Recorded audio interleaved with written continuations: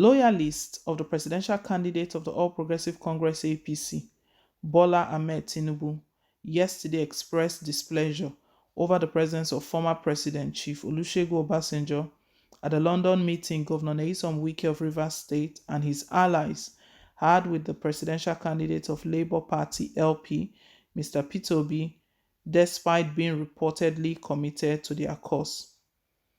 In a related development, the Obi Dante Media Office yesterday dismissed as vindicated remarks made by Mr. Dele Alake, a spokesperson of the APC presidential candidate, to the effect that Peter Obi had nothing to show for his 8 years as governor of Anambra State. This came on a day Governor Wike said he would disclose his preferred presidential candidate ahead of the 2023 elections soon. It will be recalled that Governor Wike and his allies met with Obasanjo and Obi in the need to form an alliance ahead of the 2023 general election. Similarly, Tinubu and some of his allies had met with the former president at his Ota residence to seek Obasanjo's blessing and support last week. However, Obasanjo denied reports that he endorsed Tinubu during the visit of the APC presidential candidate. His special assistant on media, Kehinde Akinyemi, refuted statement from supporters of Tinubu, clarifying that the discussion during the visit was more brotherly than political. Chief Obasanjo's aide further said the former president had neither agreed nor disapproved of Tinubu's request. A source familiar with the London meetings told Vanguard that the Tinubu camp is not happy that Obasanjo was at the parley Wike had with Obi in London. It was further gathered that Obasanjo's presence at the meeting was at the instance of Obi. The source said, first, it was Wike camp that leaked the London meeting with Obasanjo and Obi. And secondly, it was because of Peter Obi that Obasanjo was present at the meeting with the Wike camp. The Wike camp did not want the story leaked by someone else, and that informed their decision to leak the story and picture that they met with Obasanjo and Obi. Obasanjo was at the London meeting at the instance of Obi. The Wike camp wanted to meet Peter Obi, but Obi requested that Obasanjo should be present before the meeting could hold. The Tinubu people were not happy that Baba Obasanjo was there because they felt Baba had committed himself when they met with him in Ota. They felt Baba was already committed to them. That's Tinubu's camp. And so when Obasanjo met with Wike alongside Obi, the Tinubu camp was not happy that he was part of the London meeting with Wike and Obi. Reacting to Alake's comment that Obi, the LP presidential candidate, cannot name any legacy project of his years of governing Anambra State and therefore cannot be compared to his APC counterpart, the Obi Dante Media Office berated him for the remarks.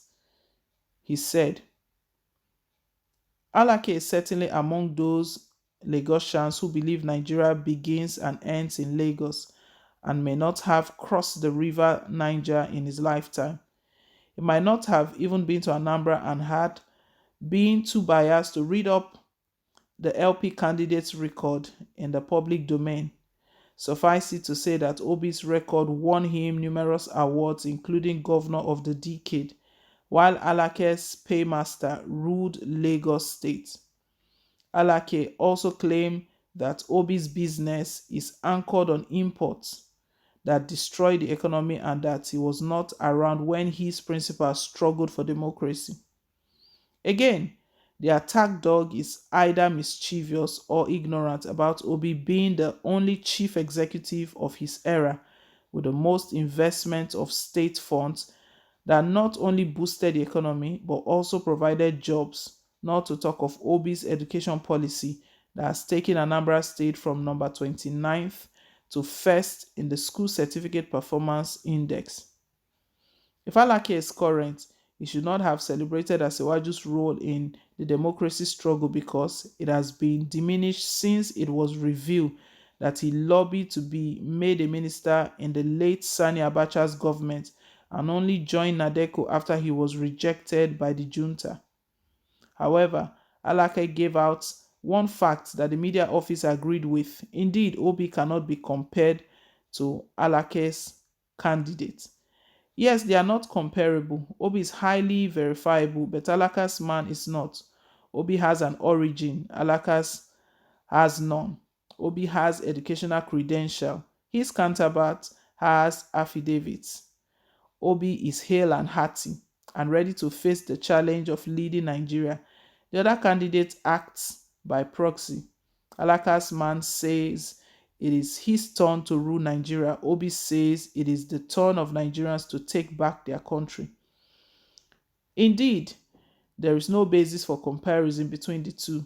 We are in sympathy with these attack dogs who need to keep attacking the man they claim has no structure and is just a social media wave instead of selling their structured candidates.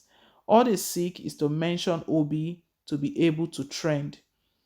The Obi Dirty Tag Team is in the market with their content, which is resonating with Nigerians. Let Alakes enter the stage and sell himself. Never again will anybody become Nigeria's president through fake and unsubstantiated packaging.